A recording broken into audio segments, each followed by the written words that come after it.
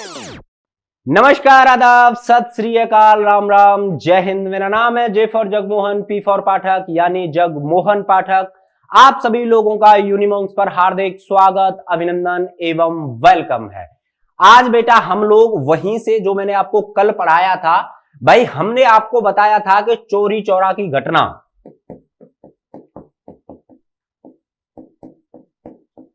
ये चौरी चौरा की घटना पे हम और आप लोग यहां पर बात कर रहे थे।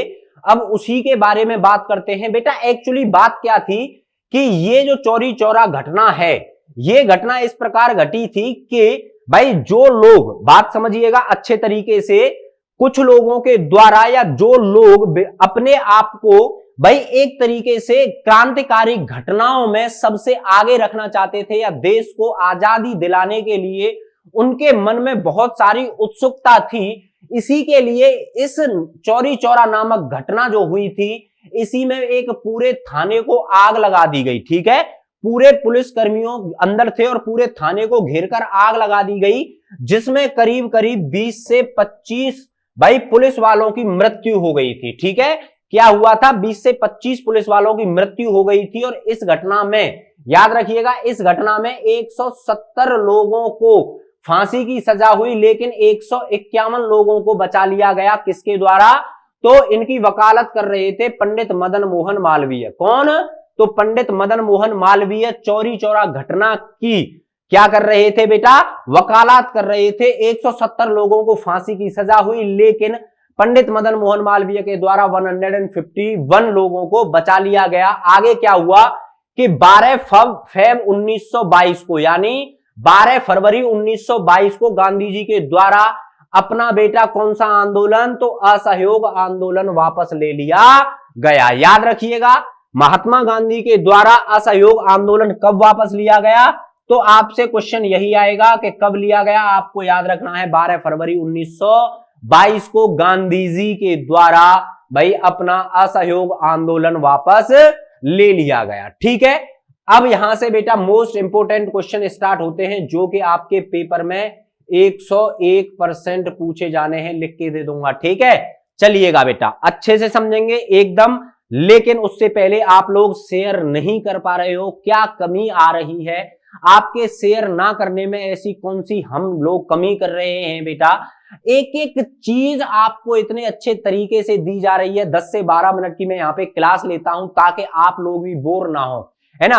अब अगर आप लोग कहीं भी स्कूल से अपने घर पे भी आ रहे हैं, तब भी आप देख सकते हो, आप घर पे आके खाना खा रहे हो, आगे आप आपका फोन है, आपके पास लैपटॉप है, उसको रख लीजिए। साथ ही साथ चीजें याद कराने में एकदम अच्छे तरीके से हम लोग माहिर हैं, ताकि आप लोगों को एक भी चीज छूटने ना पाए। चलिएगा, पहली बात करते हैं बेटा।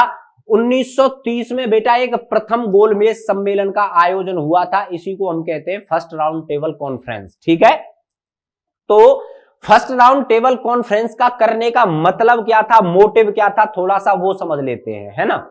फर्स्ट राउंड टेबल कॉन्फ्रेंस कहां पर हुई थी? तो लंदन में हुई थी, जेम्स पैलेस में हुई थी। ठीक है, अच्छा जी, इस भाई जो आयोजन था, इसका आयोजन क्यों किया गया था? इसका आयोजन ही बेटा, भारत का विभाजन वहीं से शुरू होता है। याद रखिएगा मेरी बात को। मैं यहां पे जो आपको बता रहा हूं कि प्रथम गोलमेज सम्मेलन के दौरान ही एक नींव रखी गई थी। तो नींव किसकी रखी गई थी? तो नींव रखी गई थी विभाजन की। नींव किसकी रखी गई थी? विभाजन की। हालांकि यह सम्मेलन असफल रहा था। हालांकि यह सम्मेलन असफल रहा था भाई, इस सम्मेलन को पूर्ण रूप से सफलता नहीं मिल पाई। चलिएगा, आयोजन हुआ था भाई जेम्स पैलेस लंदन में। उस टाइम पर भारत के वॉयसरॉय हुआ करते थे लॉर्ड इरविन। याद रखिएगा, यह क्वेश्चन आपसे पूछा जा सकता है कि प्रथम गोलमेज सम्मेलन के दौरान भारत का वॉयसरॉय कौन था? तो आपका आंसर होना चाहिए लॉर्ड इरविन। क्या हुआ था इस सम्मेलन में? कुल 86 मेंबर ने पार्टिसिपेट किया, लेकिन भाई कांग्रेस के द्वारा, INC इंडियन नेशनल कांग्रेस के द्वारा इसका क्या किया गया बेटा? बहिष्कार किया गया, इसमें भाग नहीं लिया गया। ठीक है भाई, यहां से दोबारा बता रहा हूं, हमने स्टार्ट किया था चौरी चौरा घटना से। तो उस घटना में भाई पूरी की पूरा पुलिस थाना फूंक दिया गया था स्थानीय लोगों के द्वारा। जिसमें 20 से 25 पुलिस वालों की मृत्यु हो गई थी जलकर। इसी घटना के बाद अंग्रेजी सरकार के द्वारा 170 लोगों को भाई गिरफ्तार किया गया और उनको फांसी की सजा दी गई, लेकिन उनकी वकालत कर रहे थे पंडित मदन मोहन मालवीय, जिनके द्वारा 151 लोगों की फांसी को माफ करा दिया गया। इसी घटना को देखते हुए 12 फरवरी 1922 को गांधी जी के द्वारा अपना असहयोग आंदोलन वापस ले लिया गया। उसके बाद मैंने आपको बताया है कि 1930 में हुई थी प्रथम गोलमेज सम्मेलन, जिसको फर्स्ट राउंड टेबल कॉन्फ्रेंस कहा जाता है। आयोजन हुआ था जेम्स पैलेस लंदन में, वॉइस रॉय थे लॉर्ड इरविन। इस सम्मेलन में कुल मिलाकर 86 लोगों ने भाग लिया, लेकिन भाग नहीं लिया था किसके द्वारा, तो आईएनसी यानी इंडियन नेशनल कांग्रेस के द्वारा। और यह भाई जो सम्मेलन था, जो फर्स्ट राउंड टेबल कॉन्फ्रेंस थी, ये अनसक्सेसफुल रही, ये सक्सेसफुल नहीं हो पाई। ठीक है भाई, आगे बात करते हैं। 1931 में हुआ द्वितीय गोलमेज सम्मेलन यानी सेकंड राउंड टेबल कॉन्फ्रेंस। इसी सम्मेलन में यहां से अगर आपसे क्वेश्चन आएगा तो याद रखिएगा, आपको दिया जाएगा कि निम्नलिखित में से महात्मा गांधी के द्वारा कौन सी गोलमेज सम्मेलन में या कौन से गोलमेज सम्मेलन में भाग लिया गया। तो आपसे होगा प्रथम गोलमेज सम्मेलन, द्वितीय गोलमेज सम्मेलन, इरविन पैक्ट या तृतीय गोलमेज सम्मेलन। ठीक है, इस तरीके से आपको 4 से 5 ऑप्शंस होंगे वहां पे और उन ऑप्शंस में से आपको टिक करना है। ठीक है, तो याद करते हैं, अच्छे से बताते हैं कि 1931 में हुआ था द्वितीय गोलमेज सम्मेलन। वायस रॉय थे उस टाइम पर लॉर्ड वेलिंगटन।